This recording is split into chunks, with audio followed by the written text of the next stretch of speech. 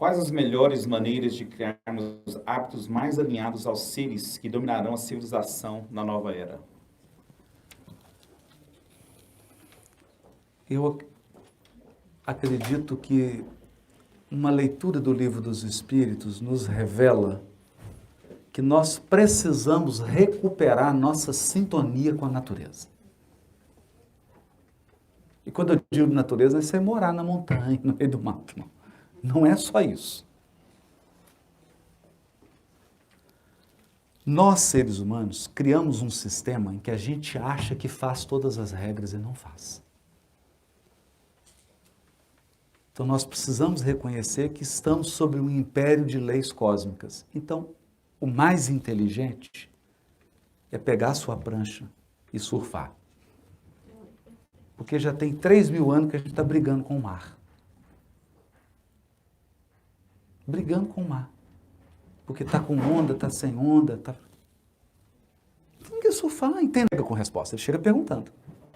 Porque ele tem os prepostos dele, ele quer saber se os prepostos estão entendendo o que está acontecendo. Então ele chega para o Iléu e fala, Iléu, como é que está meu evangelho aí? Fala, ai, mestre, pergunta difícil, né? Não está bem, tá? Aí dá aquela tristeza. Mas quando ele descreve Jesus, ele diz assim, que ele trazia nos olhos a visão dos impérios resplandecentes. E na alma, o ritmo e a harmonia dos astros.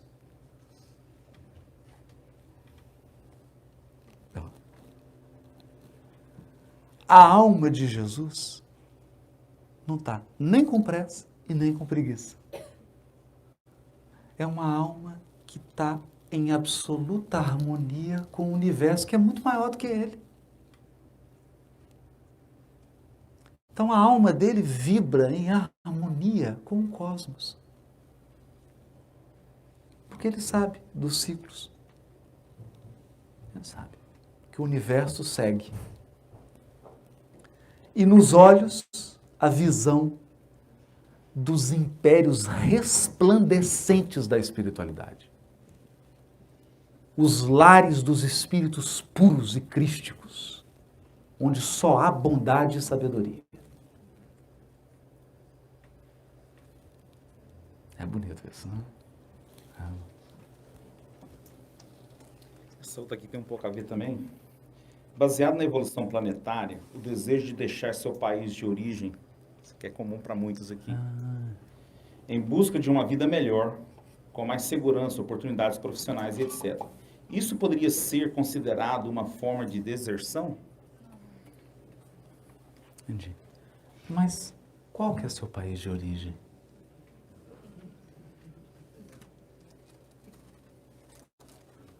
Qual?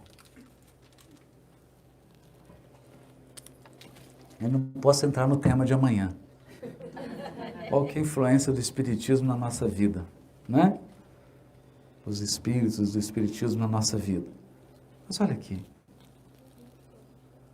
Tem um ensino dos espíritos, tem um ensino. Alguém chegasse para mim e falasse, Haroldo, você vai ter uma chance, a Oprah vai te entrevistar. Vai fazer uma pergunta. Você tem 15 segundos para responder. Eu escolheria dizer apenas uma coisa. Se eu soubesse que estaria em rede mundial. Eu falo, o que o Espiritismo ensina? O Espiritismo nos ensina que somos espíritos imortais e que o corpo é apenas uma veste temporária. Acabou. Então, o país de origem do seu corpo ou do seu espírito?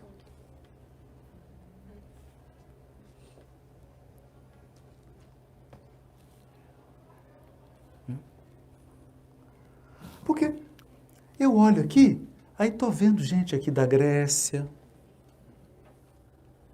estou vendo uns companheiros aqui que erraram comigo em Roma, estou vendo uma turma aqui que já fez barbaridade na China,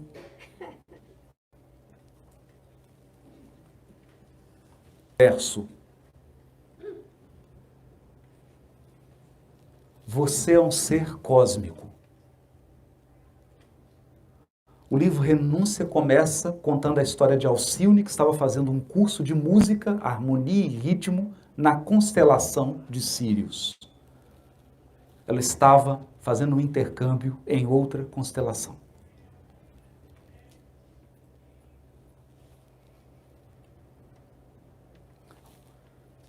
Nós temos um dever com a humanidade.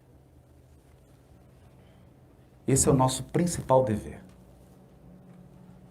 Com a humanidade.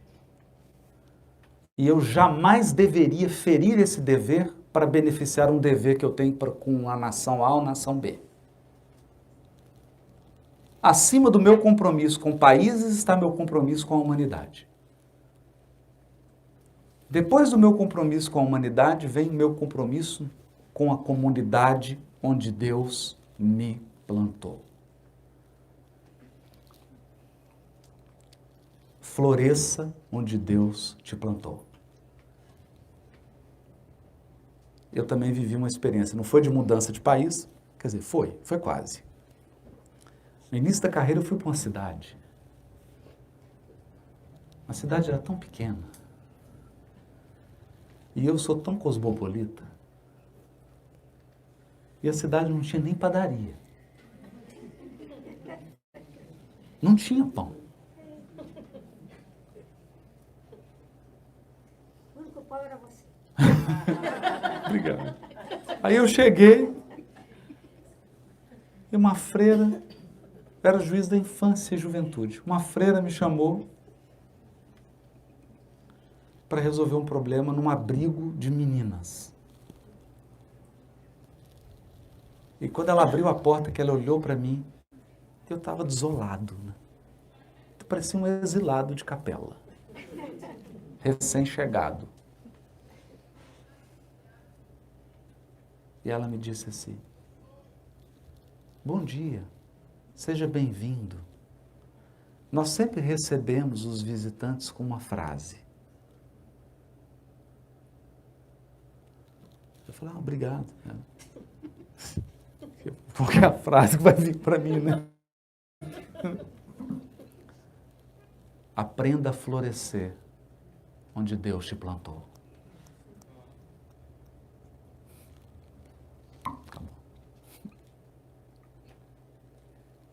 Aprenda a florescer onde Deus te plantou.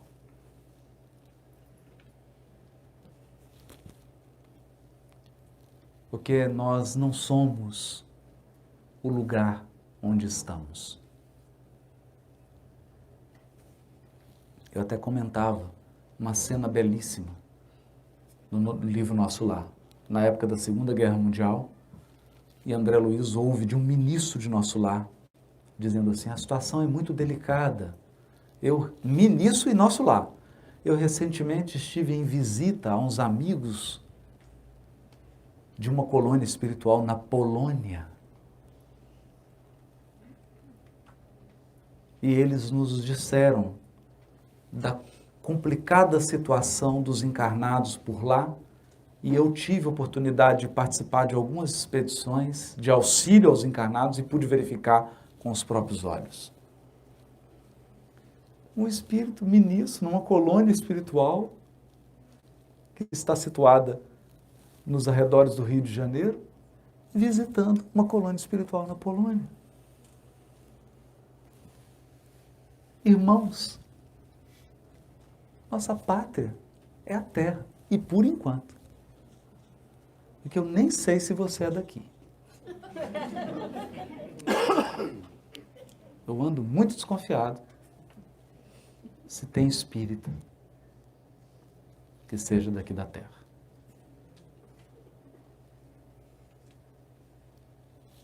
A mim me parece que é tudo capelino, exilado. Então, relaxa. A gente está no lugar certo. Agora é preciso fazer a coisa certa, no tempo certo. Só mais um, se eles Não, eu estou tranquilo. Tá tranquilo? Aqui é só o tempo aqui do Não, local. fica tranquilo também. O planeta Terra tem realidades muito diversas. Como ficam essas grandes diferenças na evolução planetária? A diversidade. É. Como uma escola. Como uma escola. É. Por exemplo, no Brasil nós temos escola, a criança entra na primeira série, no elementary, primeira série. Faz primeira, segunda, terceira, quarta, aí vem quinta, sexta, sétima, oitava, nona. E aí faz primeiro, segundo, terceiro ano, não é? E aí ingressa numa faculdade, faz primeiro, segundo, terceiro, quarto, quinto ano, sexto, se for medicina, não? São classes, mas é uma escola. É uma escola. Então é natural que haja diversidade de graus. É a escala espírita. Então você vai sair agora em San Diego e vai encontrar alguém que está na primeira série do Elementary. E está convivendo com alguém que está no high school. E por quê?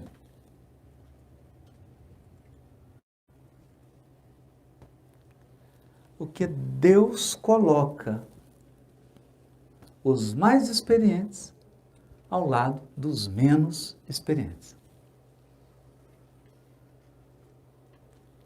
Isso se chama amor, misericórdia, amparo. É assim. É natural que haja essa diversidade. O que nós não podemos é desconhecer essa diversidade. Porque nós temos uma tendência, isso é muito sério, gente. É muito sério. Os técnicos espirituais fizeram um trabalho genético com o corpo humano. Fizeram um trabalho. E continuam fazendo. Porque, por exemplo, estão misturando tudo, não é? Estão misturando tudo. Eu me recordo de uma reportagem que saiu na Times, que era o mapa do Brasil, e cheio de rostinhos. Vocês lembram disso? Então tinha uma pessoa assim, com mais asiático, outro mais da África, outro mais assim do leste europeu, aqueles rostinhos, mas eram todos brasileiros. E a reportagem dizia assim: um dia seremos todos brasileiros. Por causa da mistura. Então está havendo uma mistura, e daí vai sair um novo corpo, uma nova genética. O corpo vai atingindo um padrão de qualidade, o corpo vai se aprimorando, a evolução vai se aprimorando. Mas não significa que o espírito que está naquele corpo é tão aprimorado quanto o corpo que ele tem.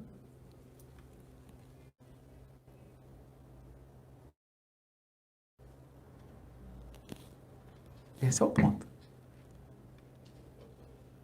Então André Luiz descreve uma cena que é uma jovem belíssima, belíssima. E ele fala: que jovem bela. Aí ela desdobra. Quando ela desdobra, parece aquela que entregou a maçã para a bela adormecida. Aí ele olha e fala: o que aconteceu? Eu falo: não, essa é ela.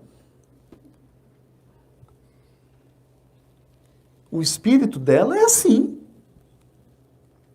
Porque ela é fútil, ela é egoísta, ela é orgulhosa, ela é perversa, ela explora, ela abusa. Essa é ela. E quando ela entra no corpo, ela se esconde.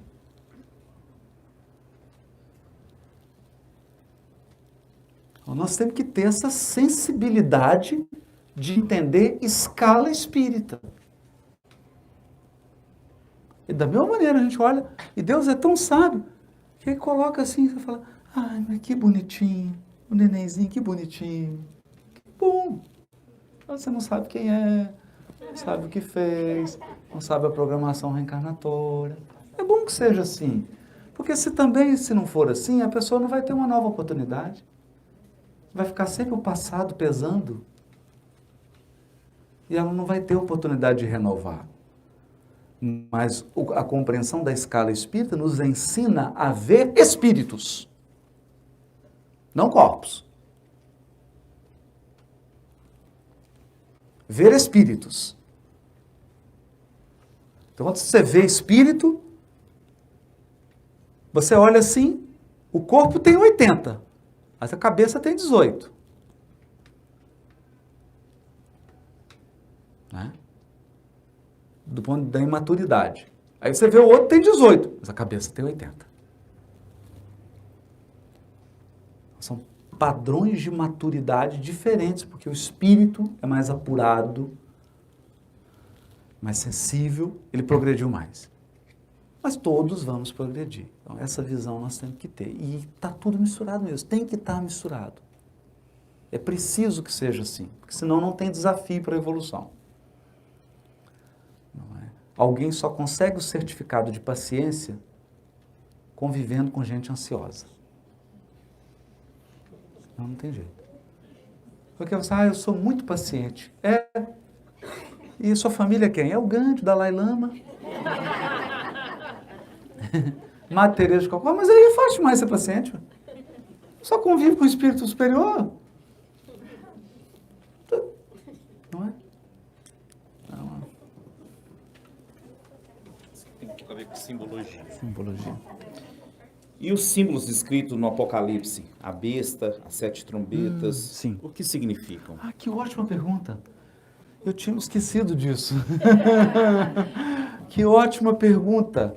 Isso está... Vocês lembram que Aqui eu esqueci de dizer isso. Os livros bíblicos, porque a gente fala assim, a Bíblia, parece que é um livro escrito por um autor, num lugar, numa determinada data. Só que a Bíblia é uma coletânea de livros, escritas por centenas de autores, em épocas tão diferentes, que alguns livros têm uma distância de mais de 1000 anos um do outro. Você já imaginou um livro em inglês escrito há 500 anos atrás? Você seria capaz de ler? Não é? Então a Bíblia tem dessas características. E aí então nós temos que definir estilos. Existe um estilo literário chamado estilo apocalíptico.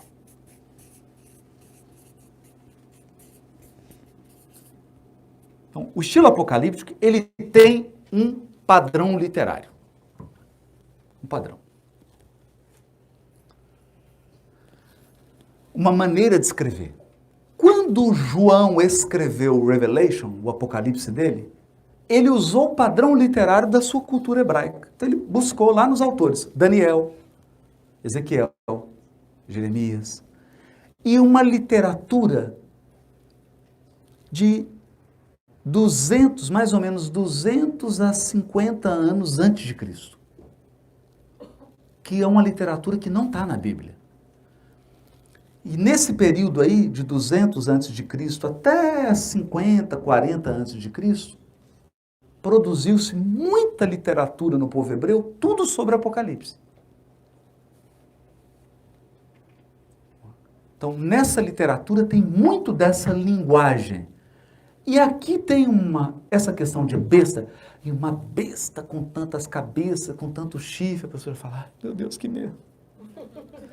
É o diabo. Não é? Isso está explicado no capítulo 7 do profeta Daniel. Lá está a chave. Nabucodonosor tem um sonho. Nabucodonosor era um imperador da Babilônia. Então, era o império da época. A nação mais poderosa. Sabe que é mais do que uma nação, era muito grande. E o rei era Nabucodonosor. Ele tem um sonho. um sonho real, né? De régio. Né? E todo rei, todo presidente é sempre muito humilde, né? Então, no sonho dele, ele viu uma estátua. E essa estátua, ela tinha cabeça de ouro. E aí, à medida que... Aí depois vinha para prata, ferro, bronze, barro nos pés. Ou seja, uma decadência do material. Olha que interessante. E, claro, ele era cabeça de ouro. Ele é o the best. Não é? E aí ele teve esse sonho. Falou, levou para o Daniel. O Daniel era um profeta, um médium. Uma pessoa conectada com a espiritualidade. E aí ele foi interpretar esse sonho do imperador. Ele teve um outro sonho. Ele viu a mesma coisa. E o que ele viu? No lugar da estátua com a forma humana e com os materiais, ele viu animais, monstros.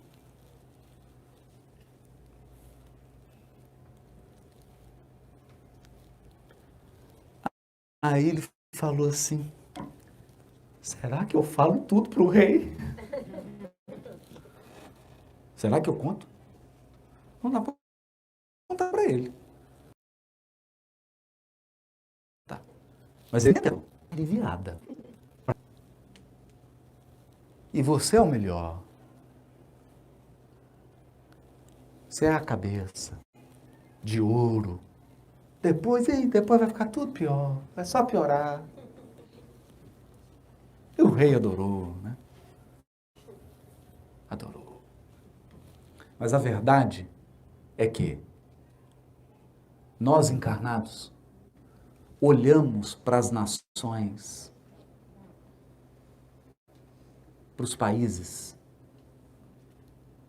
para os impérios e vemos uma forma humana com material precioso.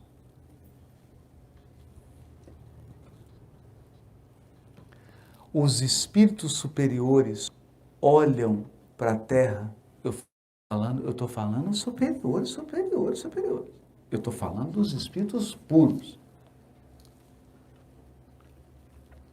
Eles olham para a Terra, para os países e para as nações, e eles não veem uma estátua com a forma humana. Eles veem monstros.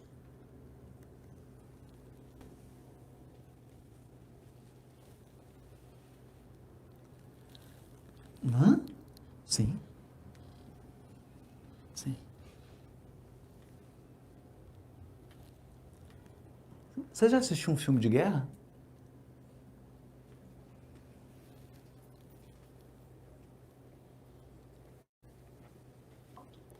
Se você tivesse que descrever, é uma estátua na forma de homem ou é um monstro de 3 cabeças com garras? Percebe?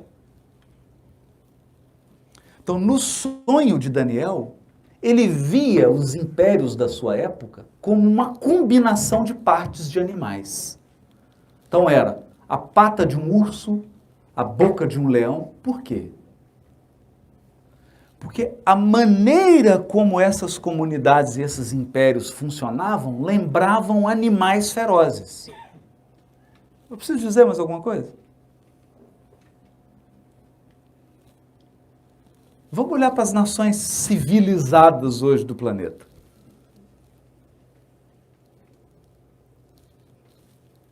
O que elas fazem?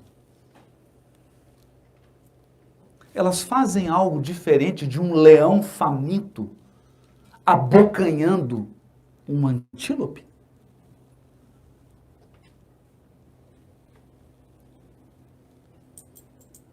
Alguns governos, eu não vou citar nomes, alguns governos que estão hoje governando alguns países, são diferentes de um crocodilo que abre a sua mandíbula e engole uma zebra?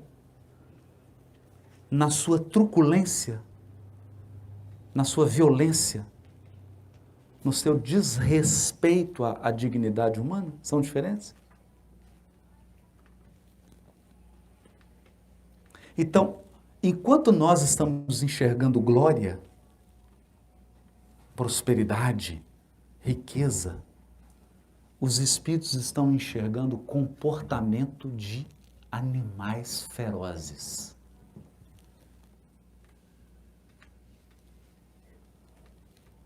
E isso vale para Wall Street.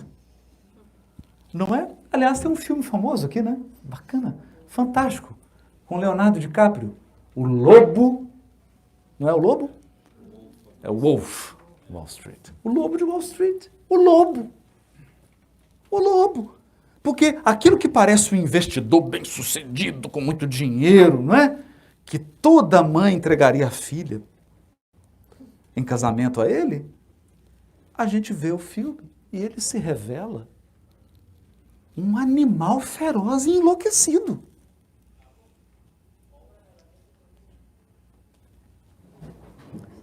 Então as bestas e os monstros do Apocalipse são países e instituições humanas.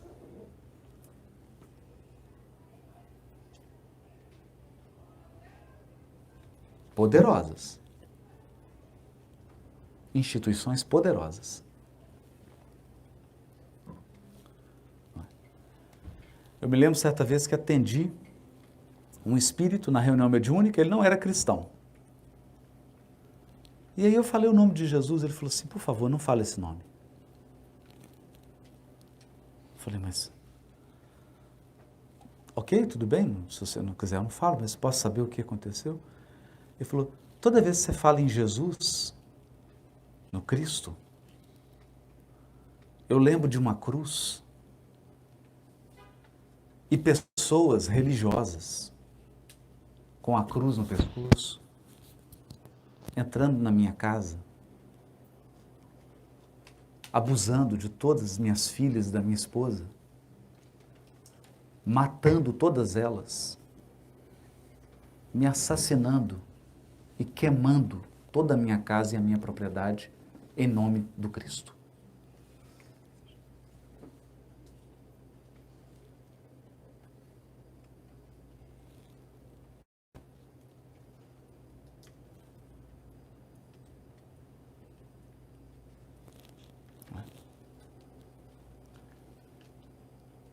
Para a gente pensar nisso.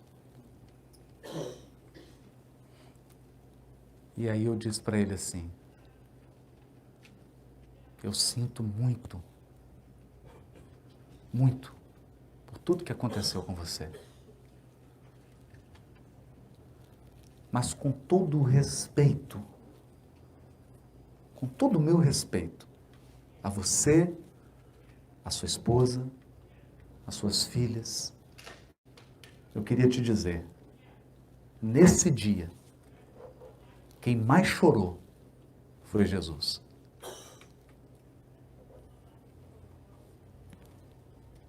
Por saber que seguidores dele eram capazes de fazer isso. Logo ele, que preferiu morrer na cruz do que ferir qualquer pessoa.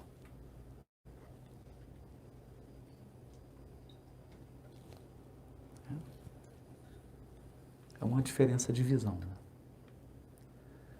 Então, a gente olha aqui para o encarnado e fala, nossa, que vida bem-sucedida, sucesso, ele alcançou sucesso.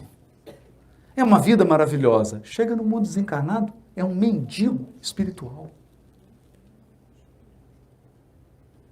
Alguns têm o perispírito deformado, com formas animalescas.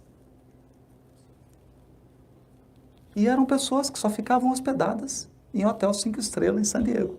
Tem? Tem. Hotéis 5 estrelas, respeitadíssimos, influentes, desencarnam, têm o perispírito deformado, com forma animalesca. Por quê? Porque viveram como animais ferozes. Essa é a lição mais dolorosa do Apocalipse. Por quê? Porque nós já fomos animais. A arca de Noé está em nós.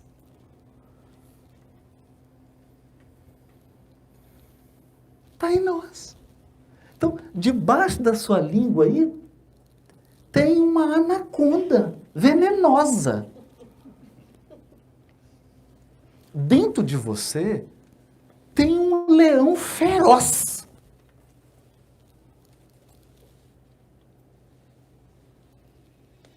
E como nós estamos mais próximos da experiência animal do que da experiência angelical,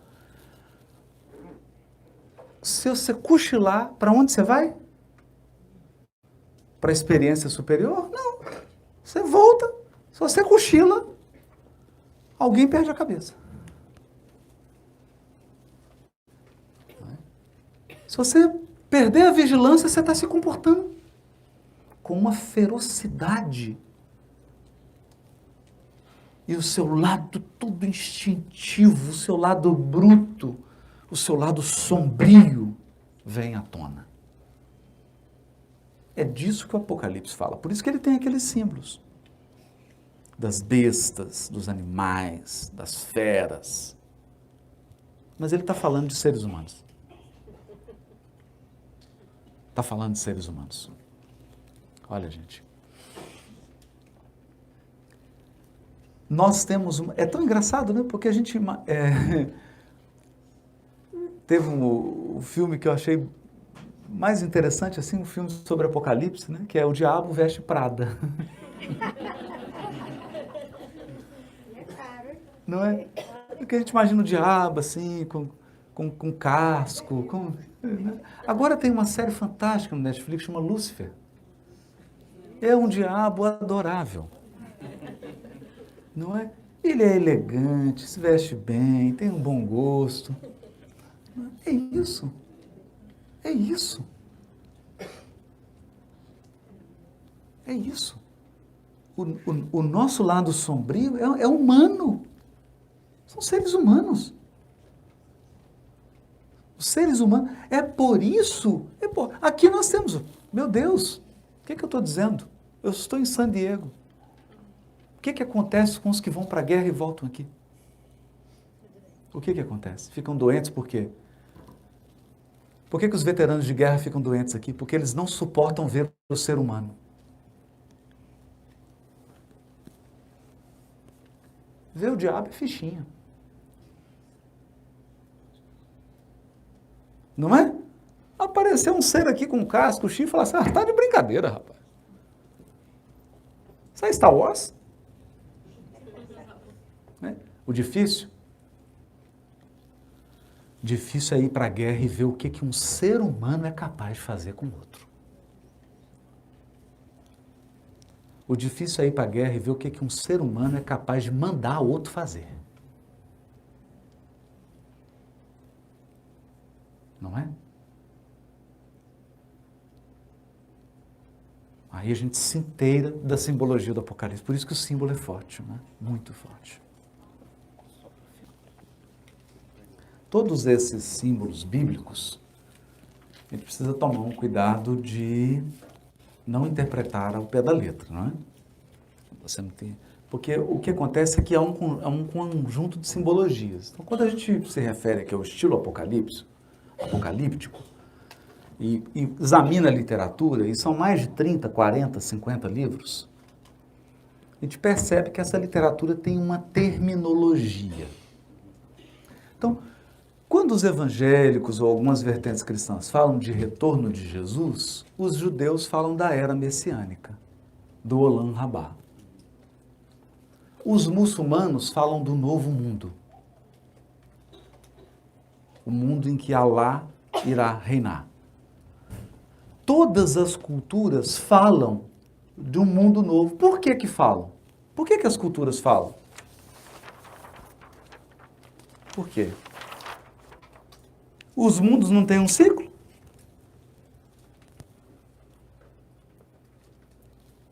Os mundos têm um ciclo.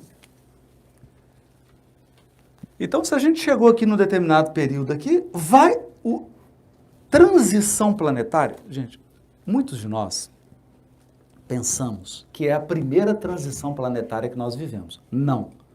Nós já vivemos uma transição planetária. O mundo era primitivo. O que é um mundo primitivo? Ele não consegue ainda abrigar um Homo sapiens. Aí nós passamos por uma transição planetária. Os dinossauros foram extintos, era do gelo, mudou um tanto de coisa. A Terra atingiu um patamar, começou a espécie humana. Cantropos, pitecantropos, homens de Neandertal, Homo sapiens estruturou, começou. Expiação e prova. Agora nós estamos vivendo uma outra transição planetária. O mundo vai deixar de ser expiação e prova para entrar no mundo ditoso. É uma outra transição. Todas as religiões, como elas têm uma fonte na espiritualidade, elas estão traduzindo uma mesma realidade numa linguagem diferente. Então, a linguagem de que Jesus vai voltar é a mesma linguagem de que essa terra vai entrar num período que é o período que está em sintonia com o que é o Cristo. Então ele volta. Ele veio trazer a mensagem, ele volta. Nesse sentido de que ele volta como costume, como prática, como vivência. É uma forma também de pensar. O próprio Jesus usa outra simbologia. Ele diz que ele é o noivo, a terra é a noiva. E que vai haver as bodas, o casamento. E vai ter uma festa de casamento, não é isso? Está lá? A festa das bodas e que nós somos convidados. É o casamento da terra com ele. É uma outra simbologia.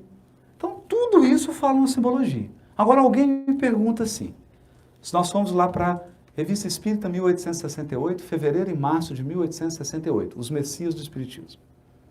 Você pega essa mensagem na Revista Espírita. Os Espíritos começam a falar das reencarnações da era messiânica. E eles dizem assim, espíritos de todos os graus da escala irão reencarnar.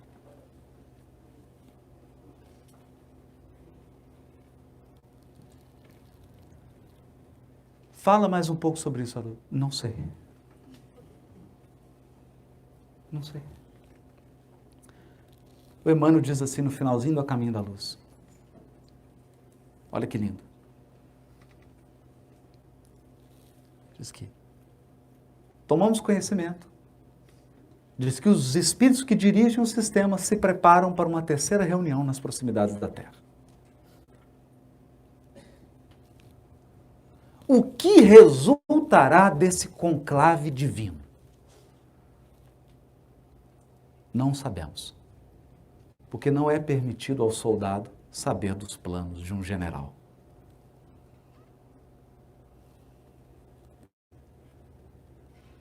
Então, Haroldo, ele vai voltar mesmo? Não sei. Eu queria saber. Liga para ele. Pode voltar? Pode voltar. Ele pode voltar. Se ele quiser, pode voltar. Se ele quiser, ele volta. Eles decidiram. O que eles decidiram? Gente, não sabemos. É possível saber? Não. Não é possível saber. Porque isso aqui são determinações e deliberações que ocorrem na mais elevada esfera espiritual do orbe. A esfera crística.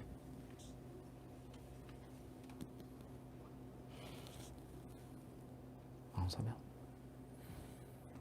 O que nós sabemos é que a Terra muda de... Entendeu? Nós sabemos o ciclo, nós sabemos que ela muda de fase, nós sabemos os movimentos gerais, os detalhes de o que vai ocorrer. Não sabemos. Vai reencarnar espírito de tudo quanto é nível? De tudo quanto é nível.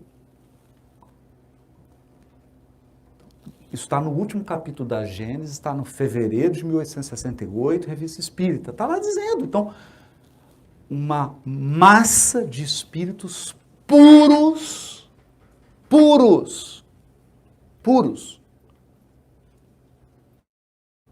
Gente, não é benfeitor espiritual que a gente está acostumado não, hein?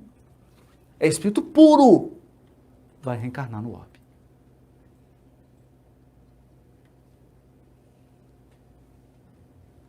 Oh, mas dá mais detalhe. Mais detalhe como? Nós somos encarnados. A gente não consegue saber nem os detalhes da nossa encarnação, que dirá os detalhes do globo. Imagina seu anjo guardião aparecer aí agora e falar assim, vem cá, chega aqui. Estou com a data da sua morte aqui.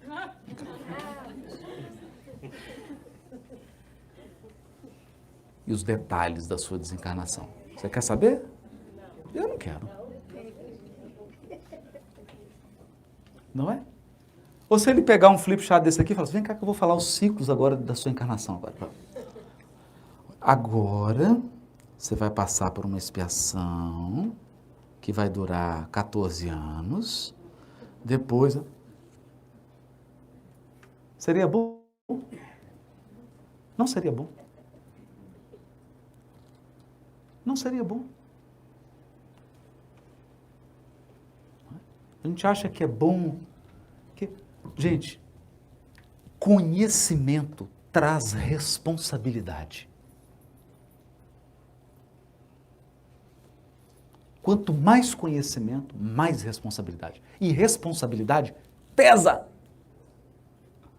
Você tem que ter estrutura para suportar o peso.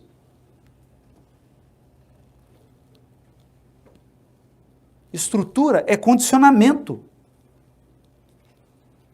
Então, a espiritualidade não vai pegar um peso de determinadas informações e colocar em frágeis ombros de encarnados. O que nós sabemos é que tem um planejamento amplo, nós estudamos aqui os ciclos e nós sabemos que vai acontecer, vai, tá? Acontecer. Detalhes, quem vem? Encarna, ele volta mesmo, volta, encarna. É possível. É possível.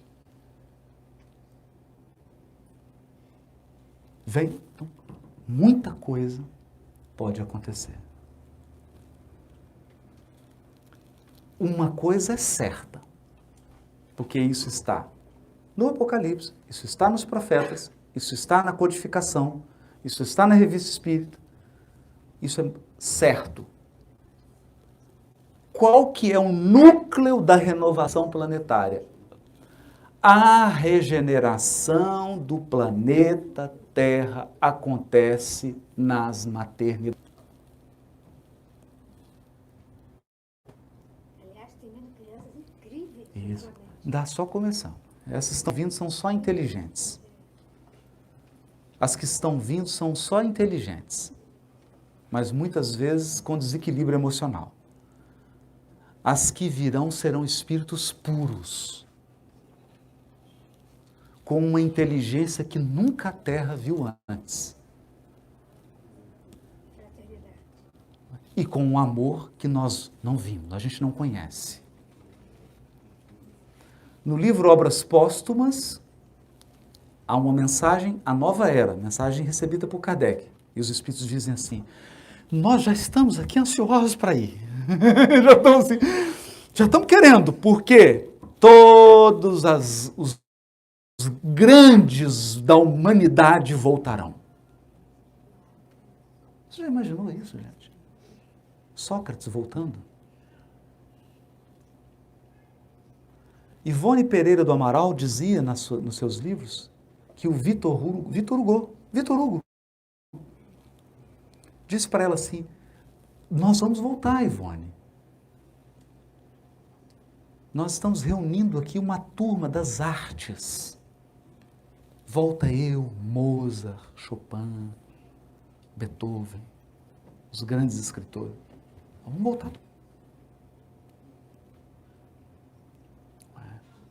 Então, isso está descrito, esse é o último capítulo da Gênese, de Kardec.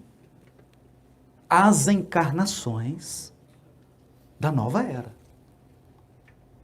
Não é? E no livro Obras Póstumas, os Espíritos dizem mais. Vocês não estão entendendo. O Espírito diz assim, olha, vocês verão jovens imberbes, usando a expressão da época, né?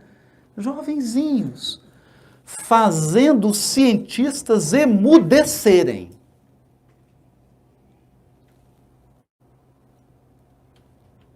E mais, eles não são só inteligentes. Eles já possuem tantas virtudes que virão com o dom de curar.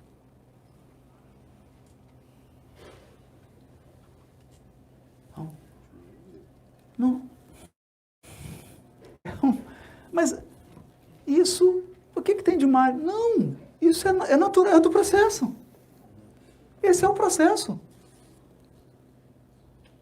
O processo é esse. Porque na hora que a hora que a Terra tiver que virar mundo ditoso, ela vai virar. Se você estiver preparado, você fica. Se você não estiver preparado, você muda de escola. Você aplica para outra universidade. Aplica para outra. Não é? Tem muita coisa aí, eu não me atreveria a dizer, né? O que vem. Mas são mudanças, uma coisa que isso é que eu gostaria de deixar, então, uma mensagem central aqui. Está sob controle.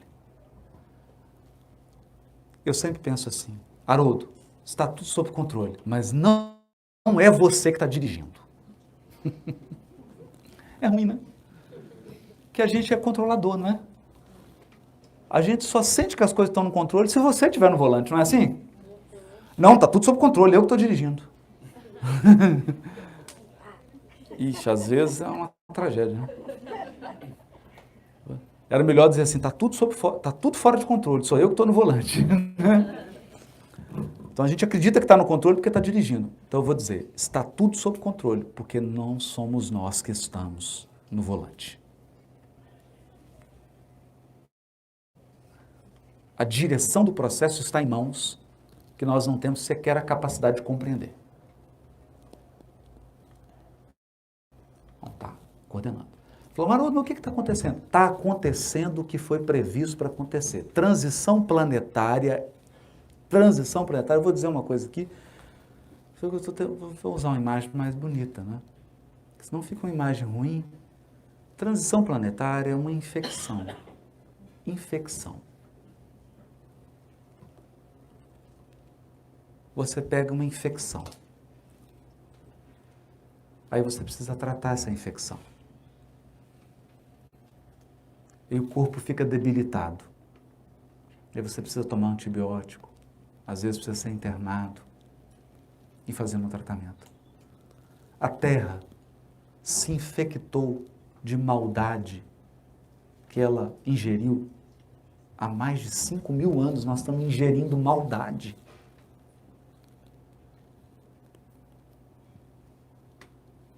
Há mais de 5.000 anos.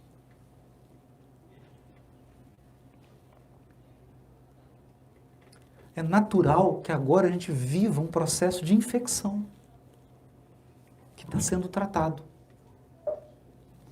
Então precisa passar por esse tratamento para que a gente possa poder ter acesso ao que está programado para vir. Então está natural. Haroldo, precisava disso? Não precisava. Se nós tivéssemos ouvido a mensagem de Jesus, já era mundo ditoso. Se nós tivéssemos falado, Jesus, você tem razão, eu vou seguir. Esse negócio é muito inteligente, eu vou te seguir, eu não vou fazer. Pronto, eu não estaria fazendo palestra aqui hoje. Já estaria regenerado. Não é? Bom, mas não foi assim. Vocês lembram da probabilidade? Vocês lembram da probabilidade? Então Jesus disse para Públio, você está no seu querer, seguir-me agora daqui a milênios. Ele falou, daqui a milênios. Então tá bom. Te vejo em Pedro Leopoldo. E aí Públio Lenço virou Emmanuel. Então é isso. Agora é um período difícil, porque da década de 50 para cá foi permitida uma encarnação em massa.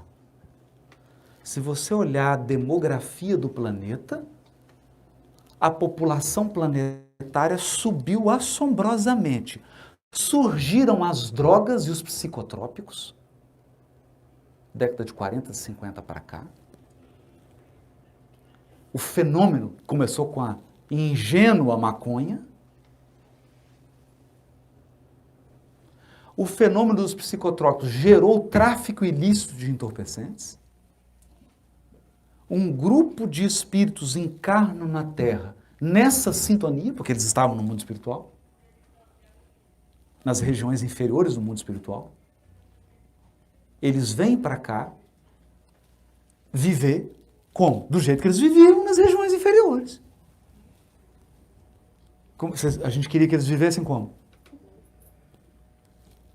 Então eles vêm, você tem um crescimento vertiginoso das drogas, dos psicotrópicos, do tráfico.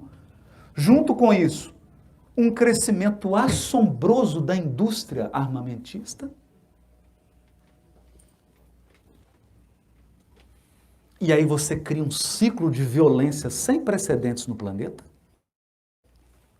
Junto com isso, um avanço tecnológico e um ciclo sem precedentes de agressão à natureza. Não é? Um declínio das religiões, porque elas não conseguem mais falar a linguagem do dia a dia.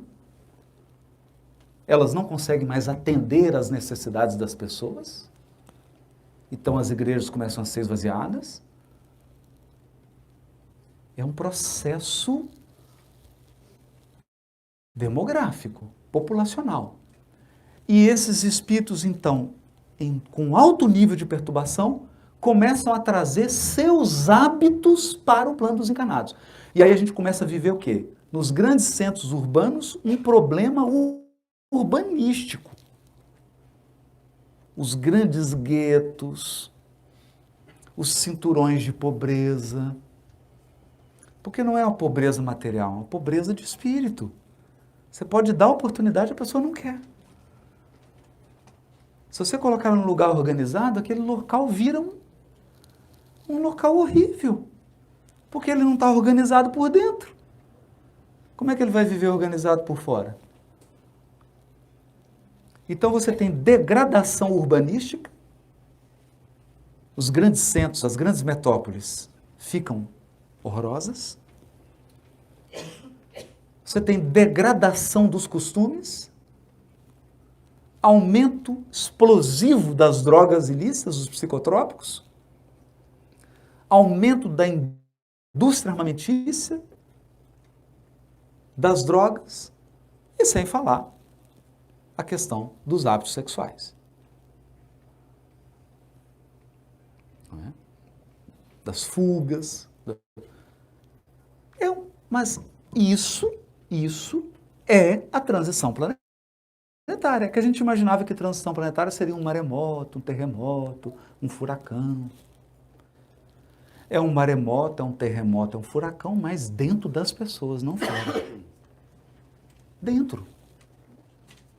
Não é? Isso aqui, esse processo, ele é controlado. Ele não está fora de controle. Por que ele não está fora de controle? Porque ele tem um interruptor. Qual que é o interruptor? Liga e desliga. On-off. É quem controla o processo reencarnatório no planeta. Quem reencarna, quem desencarna. Esse é o poder. Esse é o poder. Esse é o maior poder que existe. E é o poder exercido pelo nosso Cristo planetário. Ele determina. Ele chega e fala assim, vem cá. Nasce lá. Não foi assim com o Ilhéu? Ilhéu, nasce lá em Portugal. Desenvolve uma escola de navegação que nós precisamos descobrir a América. Entendeu? Não. O alto comando está sob controle, mas a temperatura está elevada. A temperatura está elevada. Então, eu sempre tenho costumado dizer em todos os estudos, em todas as palestras, nós precisamos cuidar de nós. O mundo está sob controle. Você talvez não. Então, cuidar de nós. Cuidar da nossa espiritualidade, cuidar das nossas emoções, cuidar do nosso corpo físico, da nossa saúde, cuidar da nossa mente, do nosso pensamento. O pensamento cria a vida que buscamos. Emmanuel. O pensamento cria a vida que buscamos. Cuidar de nós. Você tem que ficar bem. Tem que cuidar de você. Até porque se você não cuidar de você, você não consegue cuidar de quem você ama. É a história do avião.